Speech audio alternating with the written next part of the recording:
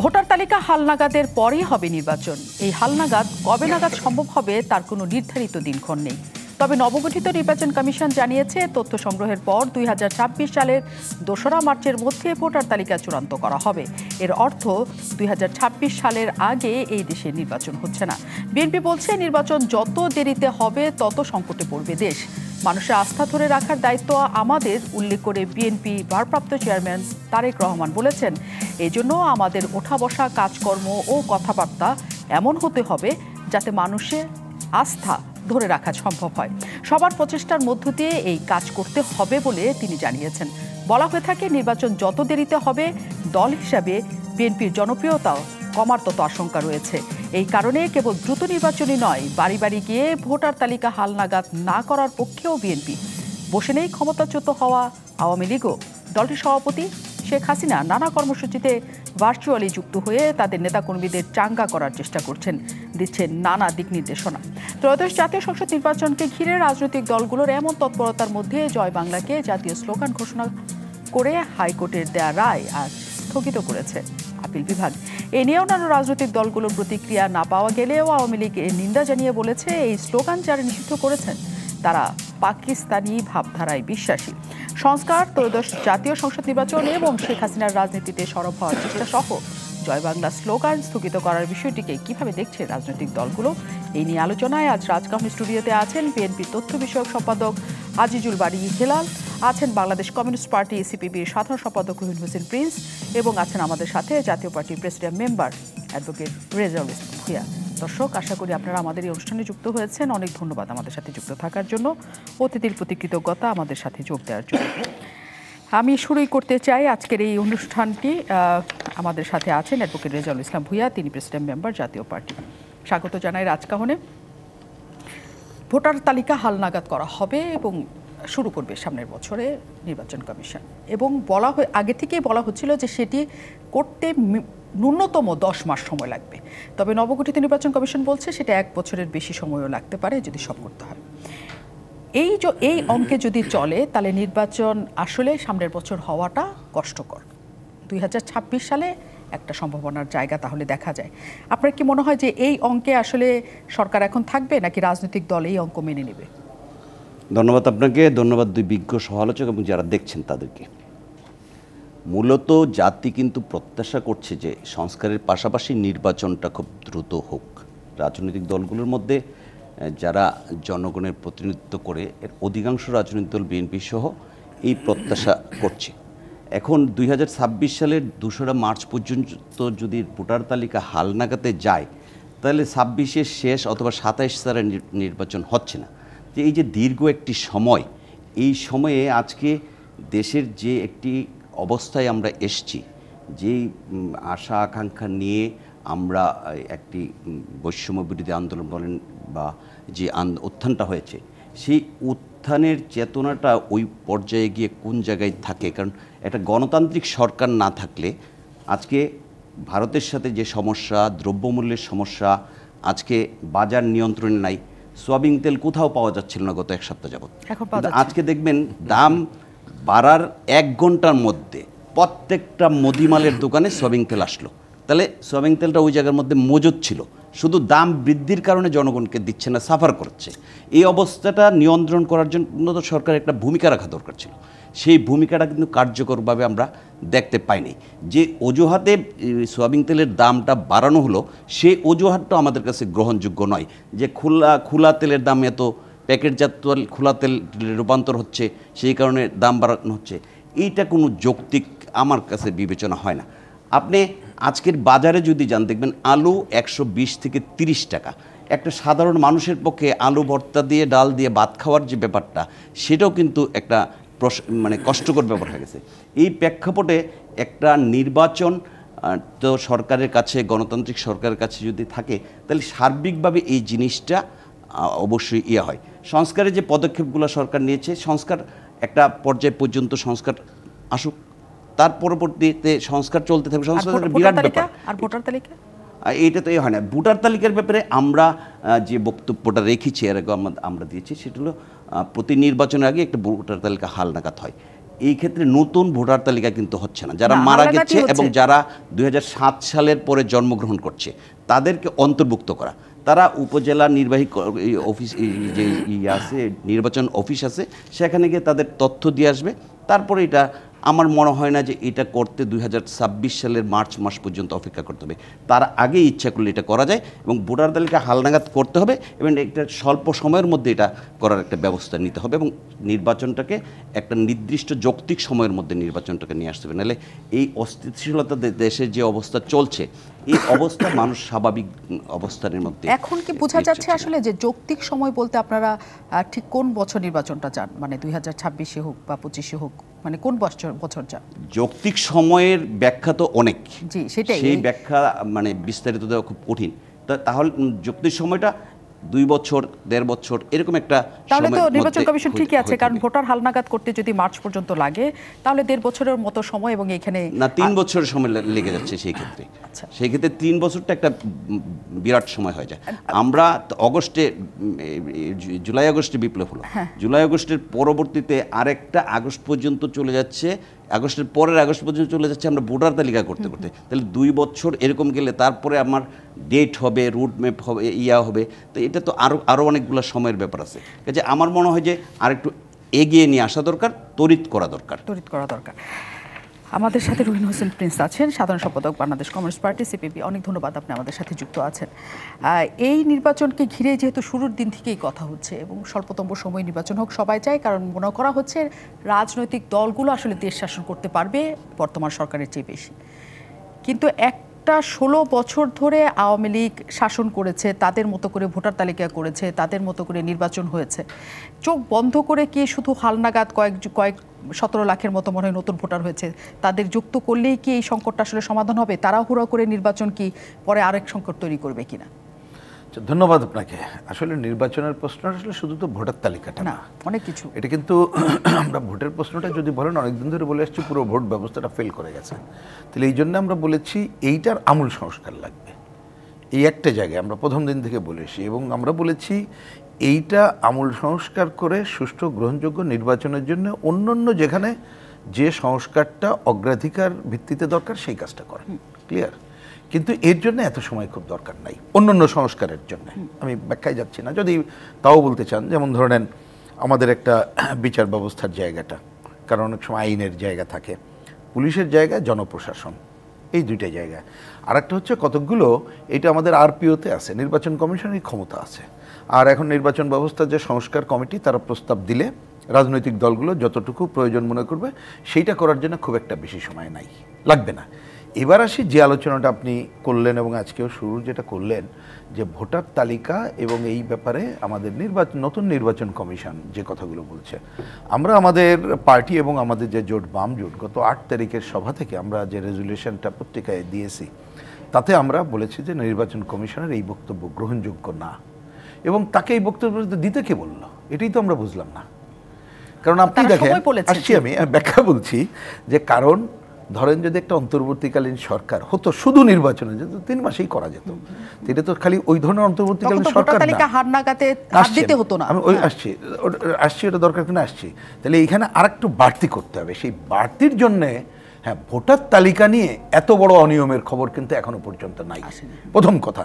দ্বিতীয় কথা হচ্ছে, আমরা যতটুকু জানি যে দেখবেন যে কোভিড পিরিয়ডের সময় বা তার আগেও যে সম্ভবত 15 বা 16 বছর বয়স থেকেই যাদের ছিল তাদের টিপ এগুলো নিয়ে আসে এবং 18 বছর হলে অলরেডি তারা তালিকাভুক্ত হয়ে যাবে। আর ওই যে কথাটা বলেছে যে কি জানুয়ারি কয় তারিখের মধ্যে 2007 সালের যারা এটা হবে, 27, ভেরি সিম্পল। এখন যে পদ্ধতিগুলো আছে সেইটা করে যদি উপজেলা লেভেলে বলে যে ওইটার জন্য আপডেট করতে যতটুকু সময় লাগে ওইটুকু করলে হবে। কিন্তু ওনারা যে তত্ত্ব বলছেন বাড়ি বাড়ি যেয়ে করবেন, এইটা ওনাদেরকে কে এই কথাটা বলেছে? মানে এটার তো প্রয়োজন নাই। সুতরাং এইটা হচ্ছে কালক্ষেপণের জায়গা, এটা করার দরকার না। কিন্তু ভোটার তালিকা হালনাগাদ তো হচ্ছে শুধুমাত্র সংযুক্তি নয়, হালনাগাদ মনে যারা মারা গেছেন, যারা নেই এখন, সকল কিছু সহই হালনাগাদ। তাহলে শুধু আপনি যেটা বলছেন তাদের হচ্ছে সংযুক্তি, যে নতুন করে যারা ভোটার হয়েছেন, কিন্তু এর মধ্যে যারা মারা গেছেন, যারা নেই, যারা দেশান্তরী হয়েছেন, অনেক কিছু হয়েছে, তাদের ব্যাপারে কি হবে? কোনো অসুবিধা নেই। আমি বললাম তো যে আপনি এই কথাটা, আমি কথাটা একটু যদি উল্টায় আচ্ছা বলি, সেটা একটা গল্পের ছলে বলি, তার আগে এই কথাটা বলে নিই। আপনি যখন হালনাগাদ মানে আমি যুক্ত করার কথা বললাম, তার মানে বিযুক্তগুলো আছে। আপনি উপজেলা লেভেলে দায়িত্ব দিলে, আমাদের ইউনিয়ন লেভেলেও তো এখন আছে, তাহলে কতক্ষণ লাগবে? এটা বেশিক্ষণ লাগার কথা না, এটা মনে রাখেন। 11 কোটি 90 লাখ ভোটার, কতক্ষণ লাগবে কি আসলে? 11 কোটি আপনি এই অঙ্কে মানে ওই অঙ্ক যদি করেন, আমি তো বললাম যে আপনি ইউনিয়ন পরিষদে যদি সক্রিয় করেন, কত 4000 কতটা ইউনিয়ন পরিষদ, তাহলে কতক্ষণ লাগবে? আপনি অঙ্ক করে দেখেন। এই অঙ্কে কোনো খুব একটা সমস্যা নাই। এক্ষেত্রে আমি একটা খুব অল্প একটা গল্প ছোট্ট একটা করে বলি, দুইটা কথা একটু মনে হলো বলে বলি। আমাকে আমার নামটা বলছি না, উনি সচিব, তিনি একটা ওইরকম টক শোতেই বলছিলেন যে আমাদের যখন আদমজি জুট মিল বন্ধের সময়টা তো আমরা বিরোধিতা করেছি অন্য আলোচনা, তা তখন নাকি এটা শুনলাম যে প্রশাসন বলছিল এখানে টাকা পয়সা দিয়ে কত 36,000-এর উপরে না 26,000-এর উপরে যারা ছিল বিদায় করতে 4 বছরের উপরে লাগবে। উনি দায়িত্ব নিয়ে বললেন যে উনি দায়িত্বপ্রাপ্ত মানুষ, পরে অঙ্ক করে উনি 4 মাসের মধ্যে এটা করে দিয়েছেন। আপনি নির্ভর করে এটা আরেকটা বলি, আরেকটা যে কথাটা আমি আজকে বলছি, আমি হালকা গল্প কখনো করি না, মানে তবু না বলে পারছেন। আপনারা নিশ্চয় অধ্যাপক মুজাফফর আহমেদ, মানে আমাদের প্রবাসী সরকার উপদেষ্টা ছিলেন, ন্যাপের সভাপতি, উনি আমাদের অনেক সিনিয়র। তো একটা ছোট ঘটনায় ওনার সাথে আমরা কাজ করছি, আমি তখন জুনিয়র ছাত্র আন্দোলনের সময়। তা কাজ করতে যে একটা কাজ ওইর মধ্যে যাচ্ছি না, আমি বললাম যে স্যার, ওনাকে স্যার বলতাম আমরা, স্যার এই যে কথাটা আপনি বলছেন এটা করতে হবে, আসলে কি এটা কি সম্ভব? এটা তা বলে যে আরে রাখো, বলে ওনার একটা স্টাইল ছিল, উনি বলেন যে আরে তুমি এবং আমরা পলিটিশিয়ান ডিসিশন মেক করো, আমলা এবং অন্যরা আছে, তুমি যে সময় দেবা কিভাবে করতে হবে ওটা ওদেরই দায়িত্ব, এটা করতে পারবে। তা সুতরাং আপনি নির্ভর করে, যদি অন্তর্বর্তীকালীন সরকার তাদেরকে বলুক না 3 মাসের মধ্যে আয়োজন করো, তাই করবে, আবার বলুক না 3 বছর লাগবে, অঙ্ক করে দেবে। কিন্তু আমি বলি বর্তমান নির্বাচন কমিশন, তাকে তারা আগ বাড়ায় এইসব কথা বলা প্রয়োজন নাই, যতটুকু প্রয়োজন। কারণ এই কথা পরিষ্কার বলা আছে, রাজনৈতিক দলের ঐক্যমত্যের ভিত্তিতে এই কাজটা করতে হবে, এবং যে টাইম ফ্রেম করা হবে সেই টাইম ফ্রেমের মধ্যে দ্রুততার সাথে যাতে কাজটা করে, সেইটা না করলেও এখন সরকার কিন্তু নিজেই যেভাবে একেবারে একটা হজবরল করে ফেলছে, সংকট আরও বাড়বে, যেটা আমাদের কাঙ্ক্ষিত না। আচ্ছা, সংকট বাড়ার বিষয়ে আমি পরের পর্বে আসবো। আমাদের সাথে আজিজুল বারী হেলাল আছেন, তথ্য বিষয়ক সম্পাদক বিএনপি। যে কথাটি আসলে বিএনপি শুরুর দিন থেকেই বলে আসছে, নানা অসংখ্যার কথা বিএনপির কাছে নিজের কাছেও আছে, কিন্তু যখন ভোটার তালিকা হালনাগাদের কথা এলো, এটা তো আসলে ভোটের আগে একটা মানে নির্ধারিত ঘটনা, যেটা করতেই হবে। সেটার ক্ষেত্রে বাড়ি বাড়ি না যে অন্য কি পদ্ধতিতে আসলে আপনারা এটা করতে বলছেন? দেখুন, আপনি বলছেন যে ভোটার তালিকা হালনাগাদ করার আর কি পদ্ধতি আছে। আমি তার আগে বলতে চাচ্ছি যে where there is will there is way. ইচ্ছা থাকলে উপায় হয়। প্রিন্স ভাই যে কথাটা বলতে চাইছিল, বুঝছেন, যে ইচ্ছা থাকলে উপায়। আমি দেখলাম এই অন্তর্বর্তীকালীন সরকার একই সাথে জাতিকে ঐক্যবদ্ধ হওয়ার ডাক দিচ্ছেন, আবার জাতিকে অনৈক্যের মধ্যে ফেলে দিচ্ছেন। যেখানে সমস্ত জাতি, ধর্ম, বর্ণ নির্বিশেষে চাচ্ছে যে গণতান্ত্রিক উত্তরণ এবং একটি নির্বাচিত সরকার, সেখানে তারা একসময় আনলো সংস্কার সংস্কার সংস্কার বলে নির্বাচনের মুখোমুখি দাঁড় করিয়ে দিল। কিছুদিন শুনলাম যে সংবিধান পুনর্লেখন না সংবিধান সংশোধন, মানে গণতান্ত্রিক ধারার সামনে আরেকটি সমস্যা দাঁড়িয়ে রাখলো। অর্থাৎ একটা বাইনারি কনফিউশন অল টাইম তৈরি করছে। এই ভোটার তালিকা হালনাগাদ করার এটাও একটা বাইনারি কনফিউশনের মধ্যে রেখেছে। একটা 3 মাসের যখন তত্ত্বাবধায়ক সরকার হয়, তখনও কিন্তু ভোটার তালিকা হালনাগাদ হয়। এখন উনি যে বলছেন 2026 সাল, মানে 1.5 বছরেরও বেশি সময় লাগবে, তাহলে নির্বাচন হবে কবে? আপনি তো 1.5 মাসও দেশ চালাতে পারছেন না। আজকে দেখেন, আপনার সরকারের বিরুদ্ধে আমাদের সমস্ত সমর্থন, 200% সমর্থন, তার চেয়েও বেশি সমর্থন বাংলাদেশের মানুষ এই ডক্টর ইউনূস সরকারকে দেওয়ার পরেও সরকার আপনার সঠিকভাবে শক্তি সমর্থ পেয়ে দেশ চালাতে পারছে না।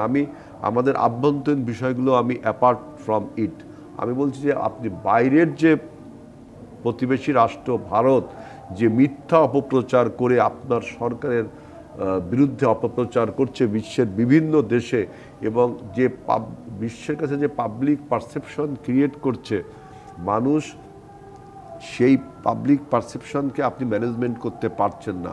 এমন একটা ভাব দাঁড়িয়েছে যে দ্রব্যমূল্যের ঊর্ধ্বগতির বিষয়ে অনেকে দেখলাম বলছে যে তাই তো আগের সরকারে যে দ্রব্যমূল্য ছিল ওটা ঊর্ধ্বগতি ছিল, ওটার থেকে এটা বেশি ঊর্ধ্বগতি। তার মানে আগের সরকারকে একটা জায়েজ করার মতো জিনিস চলে আসছে।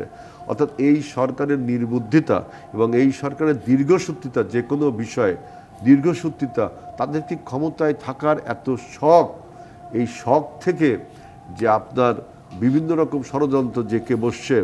আপনার আজকেও দেখলাম যে আমাদের দিল্লির যে হাই কমিশন অফিস, সেখানে দেখলাম কিছু ধর্মীয় সংগঠন আপনার হামলা ঘেরাও করেছে, তাই না? তারপরে আমাদের দেশে একটা কমিউনাল হারমোনি বিরাজ করছে দীর্ঘদিন ধরে।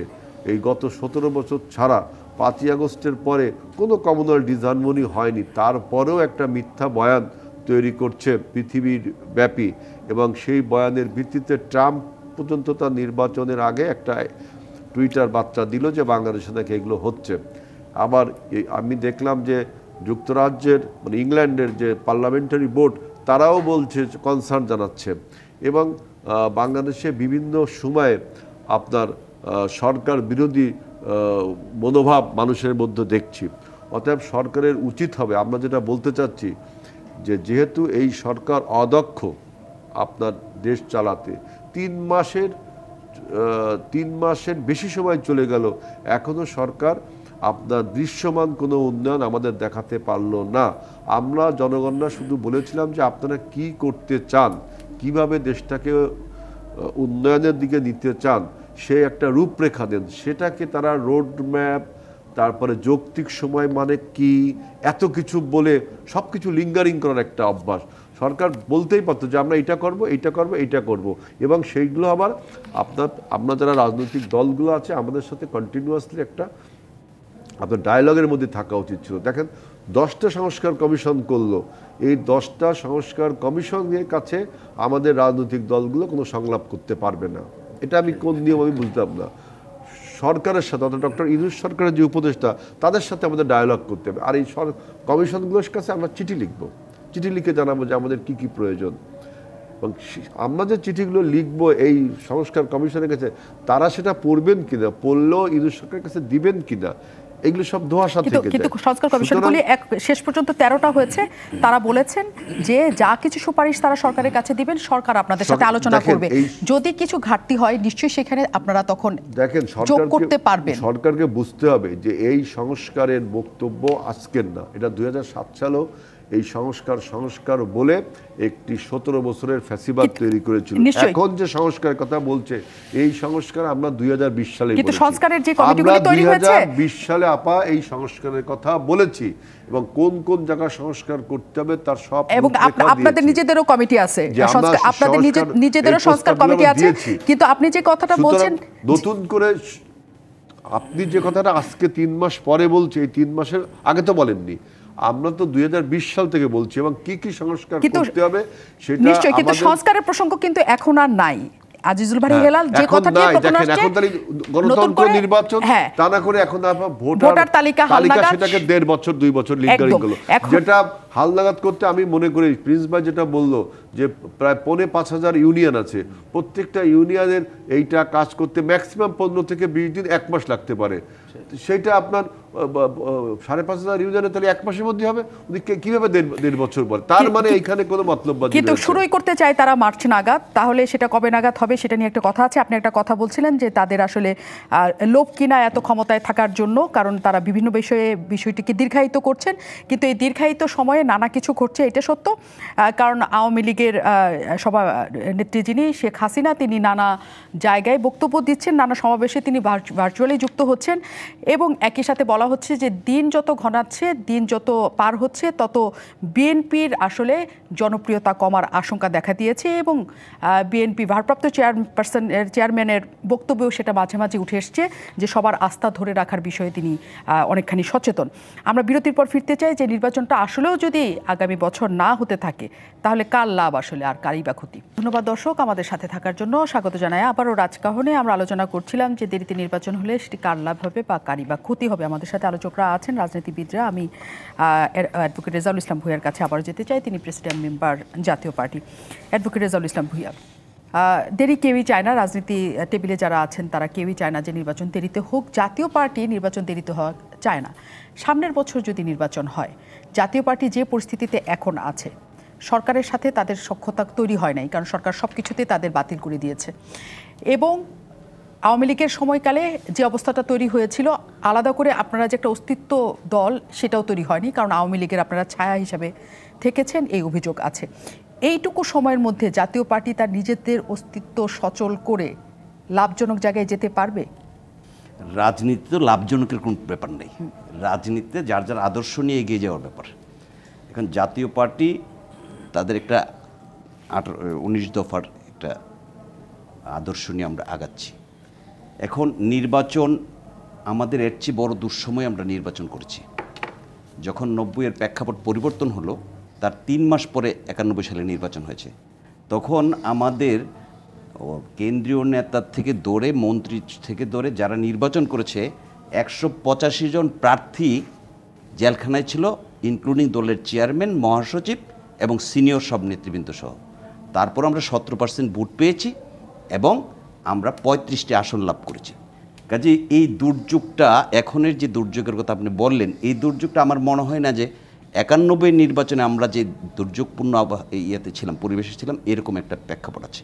কারণ এই আন্দোলনের সাথে কিন্তু আমাদের দল সমর্থন দিয়েছে। আমরাও এই আপনার টক শোতে বসে আন্দোলনের পক্ষে কথা বলেছি, আমাদের ছাত্র সংগঠন সমর্থন দিয়েছে। এখনের একটা মানে প্রেক্ষাপট সৃষ্টি হয়েছে যে জাতীয় পার্টিকে একটা বৈরী করার জন্য। জাতীয় পার্টি নির্বাচন করার, যখনই নির্বাচন হয় তখনই নির্বাচন করার মতো প্রেক্ষাপটে আছে এবং আমাদের প্রার্থীও আছে বিভিন্ন এলাকায়। এখন ফলাফল কি হবে, এটা ভোট আসলে ভোটে জনগণ নির্ধারণ করবে যে ফলাফল। কিন্তু রাজনৈতিক দল হিসেবে কি আপনারা চান না যে এই সরকার আসলে এমন একটা নির্বাচন ব্যবস্থা তৈরি করে যাক, যে নির্বাচন ব্যবস্থায় একটা সুষ্ঠু ধারার নির্বাচন সকল রাজনৈতিক দল সব সময় পাবে?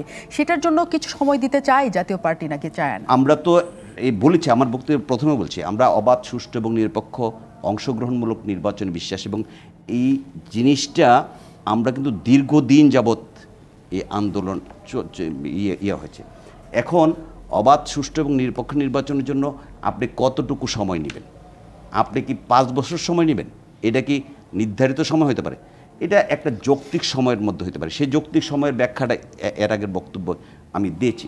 এখন জাতীয় পার্টি আগামী 25 বা 26-এর প্রথমেও যদি নির্বাচন হয়, জাতীয় পার্টি দলগতভাবে সেই নির্বাচনে অংশগ্রহণ করবে।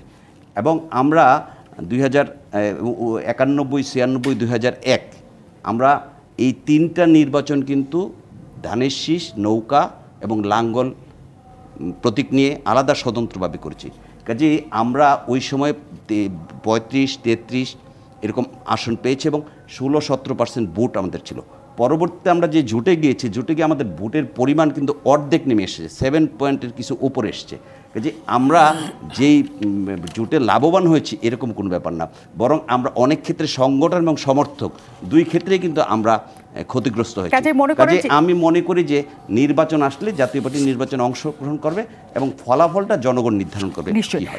রহিম হোসেন প্রিন্স, যে কথাটি আসলে এখন আমি বিরতিতে যাওয়ার আগে বলছিলাম, আজকেই পশ্চিমবঙ্গের বিরোধী দলীয় নেতা বলেছেন যে শেখ হাসিনা প্রধানমন্ত্রী হিসেবে বাংলাদেশে পদার্পণ করবেন।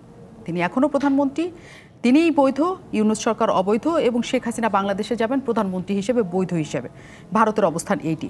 এবং এখনও পর্যন্ত শেখ হাসিনা, বললাম যেটি, যে ভার্চুয়ালি নানা জায়গায় তিনি বক্তব্য দিচ্ছেন, তার বক্তব্য সোশ্যাল মিডিয়াতে সব জায়গাতে পাওয়া যাচ্ছে। এই যে তার অবস্থান রাজনীতিতে ফেরার ক্ষেত্রে বা আবার প্রকাশ হওয়ার ক্ষেত্রে, নির্বাচন যত দেরি হবে তার এই সুযোগ বা আওয়ামী লীগের আরও সুযোগ বেড়ে যায় কিনা? না, প্রথমে আমি 2 মন্তব্য করি। প্রথম কথা, যে শুভেন্দুবাবুর বক্তব্য শুনেছি, ওইটা কিন্তু তাদের রাষ্ট্রীয় বক্তব্য, এখানে যারা এসেছিল সেটা বলে নাই, এটা 1 নম্বর। 2 নম্বর, আপনি দেখবেন মাঝে দেখলাম যে এই শুভেন্দুবাবু উনি ওনার রাজনৈতিক পশ্চিমবঙ্গর এই যে ধর্মভিত্তিক দলের দখলদারিত্বের জন্য করছে। আমি তো একটা বক্তৃতায় শুনলাম যে সে বলতেছে বাংলাদেশে ইউনূস আর মমতা এক, সুতরাং তার রাজনৈতিক কারণে বলছে, আর সে যেটা কথা বলছে ওটা হাস্যকর। সুতরাং ওইটাকে আমি পাত্তা দেওয়ার কাজটা আমি দেখি না। বরঞ্চ আপনি পরে যেটা বললেন ন্যাচারাল, আমি সেইটাকেই বরঞ্চ ন্যাচারাল দেখি। আপনি দেরি করলে এই যে পতিত স্বৈরাচারের কথা বলছেন, তার বাইরে আমরা আরও দুইটা শক্তির কথা আমি আপনার এখানেও বলে গেছি, এটা বারবার বলতে হবে। ওইটার বাইরে আরেকটা আছে যে দীর্ঘ অগণতান্ত্রিক শাসনে দেশের অভ্যন্তরে অনেক অপশক্তি আছে, আর বাইরের আধিপত্যবাদী সাম্রাজ্যবাদী শক্তি আছে, যারা আমাদের দেশকে একেবারে একটা সংকটে ফেলতে চায় ভূ রাজনৈতিক কারণে নিজেদের আধিপত্য বিস্তারে। আমরা যত দেরি করব ততই সংকটে পড়বো। এই জন্যে বোঝার জন্য বলি, ধরেন এই সরকারটা গঠনের সময় যদি সব দলকে আস্থায় নিয়ে করতো তাইলে একটা হইতো, কিন্তু সে সেটা করেনি এবং এখন সবটাই সে করতে পারছে না। বরঞ্চ এই কাজটা একটু আগে যে প্রশ্ন বললেন ওই উত্তরটা আমি একটু দিতে চাই, যে যদি আমাকেও জিজ্ঞেস করতেন যে নির্বাচন ব্যবস্থা এমন একটা করে যাবে যাতে আর সংগঠনটা চান না, আমরা তো বলে অবশ্যই চাই। তার জন্য যদি বলেন সময় দিতে চান না, আমি বলে ওনাকে সময় দেওয়ার তো ব্যাপার নাই, আমরা যৌথভাবে কাজ করতে চাই ওইটার জন্য যে নির্বাচন ব্যবস্থা। এক দল নির্বাচিত হয়ে যাওয়ার পর কিন্তু এই বিষয়ে তারা আর মাথা না, আমি আসছি কথা না, তাহলে আপনার আচ্ছা সে প্রশ্নের উত্তর আমি পরে আসছি। তাহলে প্রথম কথা হচ্ছে, আগে বলছি তাহলে নির্বাচন ব্যবস্থার কাজটা এমনভাবে করতে হবে যদি সবাই মিলে করতে পারি, উনি একা না করে সবাই মিলে যদি করি, তারপরে যদি একটা নির্বাচন করি, সেই নির্বাচনে আপনার তাহলে আপনি ভরসা করবেন কার উপরে? আলটিমেটলি তো ভরসা করতে হবে জনগণের উপরে। তাহলে জনগণের উপরে যদি ভরসা করেন এবং নির্বাচন দেই, তারপরে ধরেন যে নির্বাচিত হইল সে যদি কথা না রাখে জনগণই ডিসাইড করবে। আপনি একদিনে তো সব হয়ে যাবে না, একদিনে হওয়ার চিন্তাটা ভুল, পৃথিবীর ইতিহাসে হয়ও না। আর আমাদের দেশ, তার বাস্তবতা, তার সামাজিক অর্থনৈতিক পরিস্থিতি, কালচারাল স্ট্যান্ডার্ড, এই জন্য আপনি তো কাল পরশু পারবেন না। বরঞ্চ যত মানুষের কাছে এই ধরনের গণতান্ত্রিক পরিবেশের ধারা দিতে পারবেন ততই হবে। আর একটা হতো, বোঝার জন্য বলি, এই কথাটা বলে আমি ভারী করতে চাই না, যদি বুঝতাম যে আলোচনা কিন্তু দেখবেন আগের পার্টে আমার বিবেচনায় তিনজনই আমরা প্রায় অভিন্ন কথা বলেছি, যদি বুঝতাম এনারা পজিটিভ কতগুলো কাজ করছে যা দৃশ্যমান হচ্ছে, তখন আপনি হতো। উদাহরণ দিয়ে আমরা বারবার বলে এসছি, আপনি এত সংস্কারের কথা বলছেন, আপনার প্রথমে দরকার ছিল বাজার ব্যবস্থার সংস্কার, আপনি তা না করে পুরনো ধাঁচের বাজার ব্যবস্থা করে আপনি চাচ্ছেন এই সংকট দূর করবেন। দূর করতে যেয়ে কী করলেন?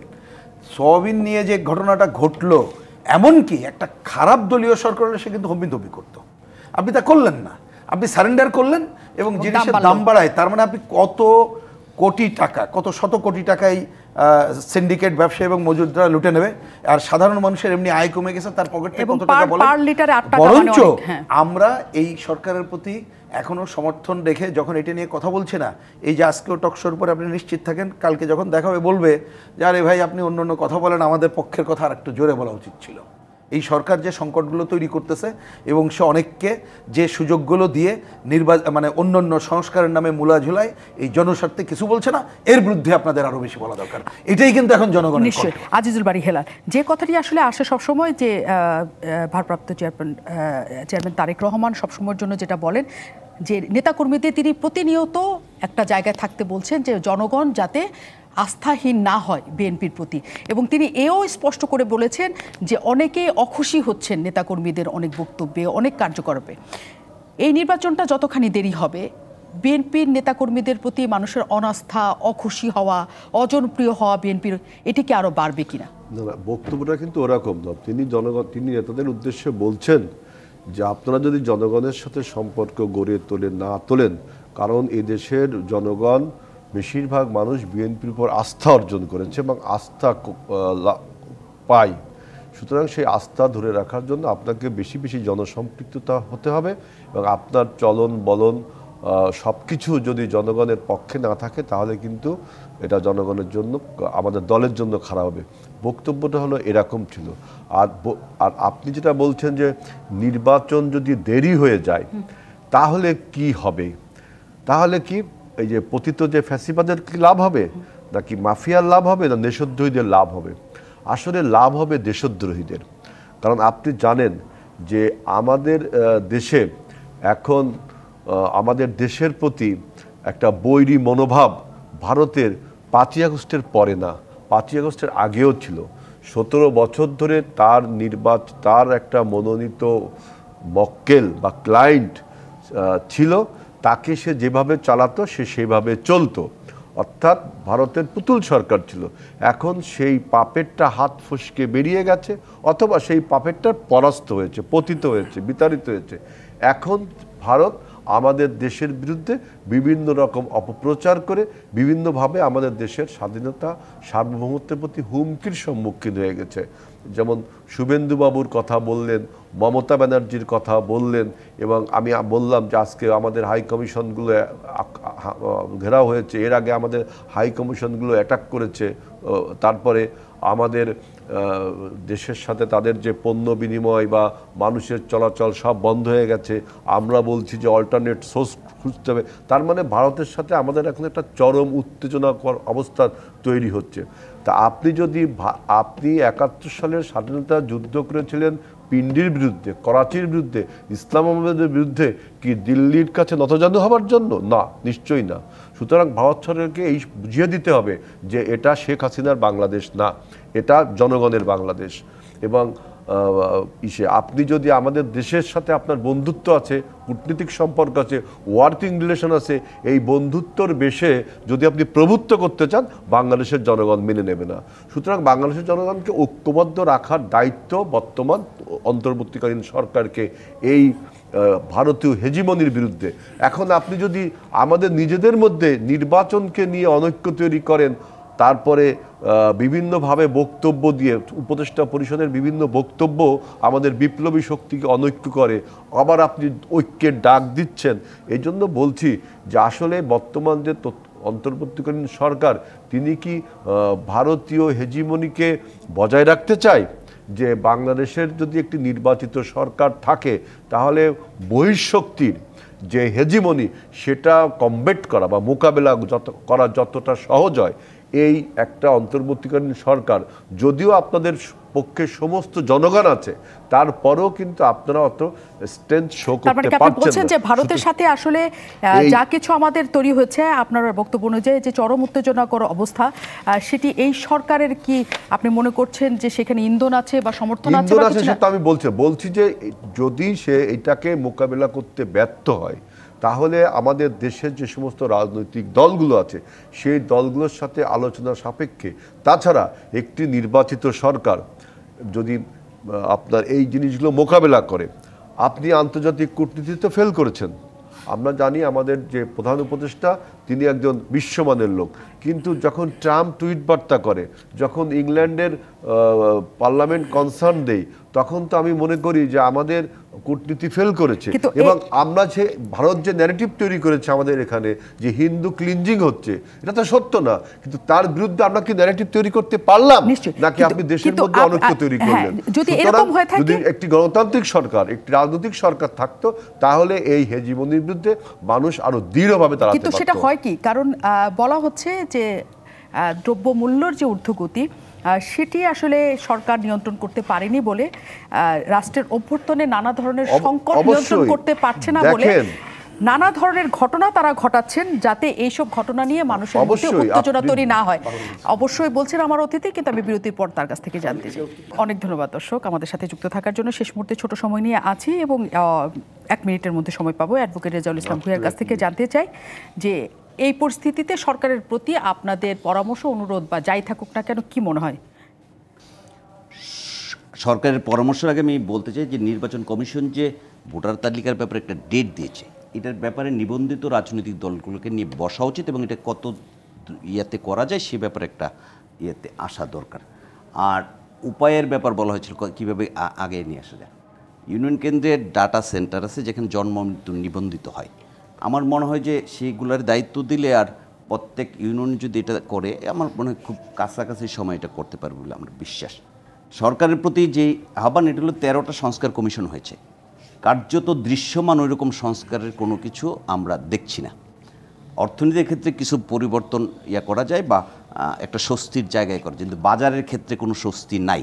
এই জায়গাটা মানুষ মানে খুব অস্বস্তিকর একটা অবস্থান আছে।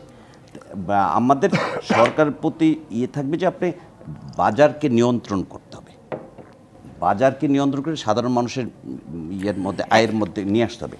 অন্যথায় আপনি পলিথিন কচুরি পানারিয়ার মধ্যে থাকবেন আর রাষ্ট্র এইভাবে চলবে, এটা তো হইতে পারে।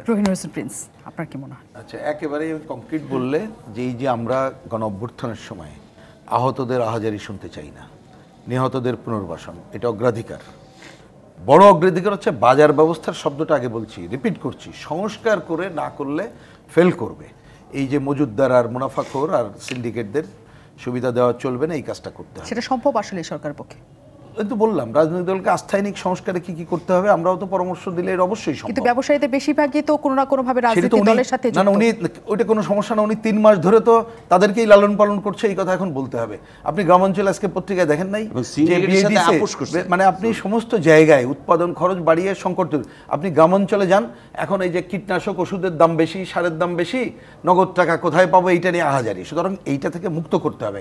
আরেকটা কথা বলি, এইটা মুক্তিযুদ্ধের মাস, বিজয়ের মাস। শুরুতে কিন্তু মুক্তিযুদ্ধকে অনেকে বিতর্কিত করার চেষ্টা করছিল, ওনাকে আমরা অফিসিয়ালি বলেছিলাম এটা যাতে না হয়। আমরা এখনো দেখছি মুক্তিযুদ্ধকে বিতর্কিত করা হচ্ছে, অনেক ক্ষেত্রে মুক্তিযুদ্ধকে এই 24-এর কাউন্টার পোস্ট করা হচ্ছে। আমাদের কথা পরিষ্কার, মুক্তিযুদ্ধের চেতনার সাথে এই 24-এর আকাঙ্ক্ষা মোটেই সাংঘর্ষিক না। এই চেতনাকে, মুক্তিযুদ্ধের চেতনাকে যারা ব্যবসায় পরিণত করছে তাদের কাছ থেকে নিয়ে প্রকৃত চেতনাকে সামনে রেখে এই কাজ করতে হবে। এবং মুক্তিযুদ্ধের 14 তারিখ 26 তারিখে কেন কুচকাওয়াজ বন্ধ করা হলো, কেন অহেতুক? আজকে অনেকগুলো ঘটনা এখানে ঘটছে, আপনাকে ছোট ধরন না বলছি না। আজকেই আমাদের বাম জোটের কম্পোনেন্ট অর্গানাইজেশন তারা কুমিল্লাতে নওয়াব ফয়জুন্নেসা এবং মুক্তিযোদ্ধা রফিকুল ইসলামের মুখে কালি দিছিল, উনি ওইটাকে দলবল নিয়ে যেয়ে লোকজন মিলে মুছতে গেছিল, সেইখানেও সন্ত্রাসী হামলা হয়েছে। তাহলে এর প্রশ্রয়দাতা কারা? দিন যত যাবে এই সংকটে পড়লে কিন্তু তারা রাজনৈতিকভাবে এবং সেইটাও বিতর্কিত আরও বেশি হবে এবং সমর্থন হারাবে, যার কিন্তু শেষ বেলায় এই গণ অভ্যুত্থানকেই প্রশ্নবিদ্ধ করবে, যেটা আমরা চাই না। আজিজুল বারী হেলাল, যে আমি বলছি যে ষড়যন্ত্রের বিষ বাষ্প গ্রাস করেছে বাংলাদেশের এই বিপ্লবকে, বাংলাদেশের এই আন্দোলনকে, সেই ষড়যন্ত্রের বিরুদ্ধে আমাদের ঐক্যবদ্ধ হতে হবে। যেমন গতকালকে ভারতীয় পররাষ্ট্রমন্ত্রী সচিব বিক্রম মিশ্রের সাথে বাংলাদেশে আলোচনা হয়েছে, সেখানে কি গণহত্যার আসামি শেখ হাসিনা কোন প্রোটোকলে ওখানে পালিয়ে আছে, কোন প্রোটোকলে আশ্রয় দিয়েছে, সেগুলো কি বলা হয়েছে, সেটা জনগণের কাছে প্রশ্ন করা দরকার। এখন আমার কাছে আগে বলতো যে, আমিও বলেছি যে ভারতের হাতের পুতুল হলো শেখ হাসিনা। আমার কাছে এখন মনে হয় যে শেখ হাসিনার হাতের পুতুল হলো দিল্লির সরকার, শেখ হাসিনার হাতে পুতুল হয়ে গেল দিল্লির সরকার। এটা দিল্লির রাজনীতির জন্য, ভারতের আন্তর্জাতিক রাজনীতির জন্য খুবই লজ্জাজনক বিষয়।